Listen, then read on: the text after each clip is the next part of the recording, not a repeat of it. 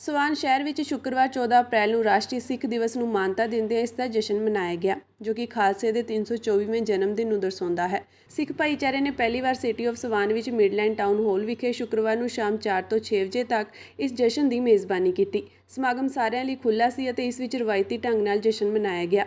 City of ਸਵਾਨ ਦੇ deputy mayor ਮੇਲ ਕੋਜ਼ਰਟਨ ਨੇ ਕਿਹਾ ਕਿ ਸਿਟੀ ਆਫ ਸਵਾਨ ਨੂੰ ਰਾਸ਼ਟਰੀ ਸਿੱਖ ਦਿਵਸ ਨੂੰ ਮਾਨਤਾ ਦੇਣ ਅਤੇ ਮਨਾਉਣ ਤੇ ਮਾਣ ਮਹਿਸੂਸ ਹੋ ਰਿਹਾ ਹੈ। Announced by the presiding member, I'd just like to remind everyone that on Thursday the 14th of April the Sikh community will celebrate the National Sikh Day, which marks the 324th birth anniversary of Khalsa, a fellowship of devout Sikhs. We are proud to recognise these celebrations and encourage our community to take the opportunity to learn more about this wonderful values and equality and mobility at the heart of the Sikh community. I would also like to acknowledge and welcome Ms Jessica Shaw, who she's at the meeting tonight. She indicated she was turning up. Okay. Thank you for that.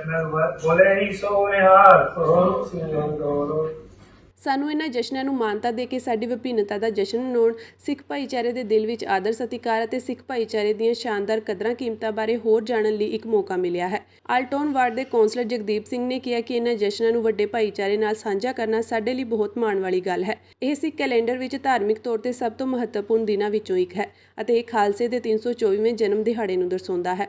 ਅਪ੍ਰੈਲ ਦਾ ਮਹੀਨਾ ਸਿੱਖ ਵਿਰਾਸਤੀ ਮਹੀਨਾ ਵੀ ਹੈ, ਕਿਉਂਕਿ ਅਪ੍ਰੈਲ ਮਹੀਨੇ ਵਿੱਚ ਸਭ ਤੋਂ ਮਹੱਤਵਪੂਰਨ ਦਿਨ ਮਨਾਏ ਜਾਂਦੇ ਹਨ। ਇੱਕ ਕੌਂਸਲਰ ਹੋਣ ਦੇ ਨਾਤੇ ਭਾਈਚਾਰਿਆਂ ਨੂੰ ਇਕੱਠੇ ਕਰਨ ਦੀ ਕੋਸ਼ਿਸ਼ ਕਰਨਾ ਅਤੇ ਲਿਆਉਣਾ ਮੇਰੇ ਲਈ ਬਹੁਤ ਮਹੱਤਵਪੂਰਨ ਹੈ, ਤਾਂ ਜੋ ਅਸੀਂ ਇੱਕ ਦੂਜੇ ਨੂੰ ਸਵੀਕਾਰ ਕਰ ਸਕੀਏ। ਮੈਂ ਮਿਡਲੈਂਡ ਟਾਊਨ ਹਾਲ ਵਿਖੇ ਸਾਡੇ ਜਸ਼ਨਾਂ ਵਿੱਚ ਸ਼ਾਮਿਲ ਹੋਣ ਅਤੇ ਸਿੱਖ ਭਾਈਚਾਰੇ ਬਾਰੇ ਕੁਝ ਨਵਾਂ ਸਿੱਖਣ ਲਈ ਸਾਰਿਆਂ ਦਾ ਧੰਨਵਾਦ ਕਰਦਾ ਹਾਂ।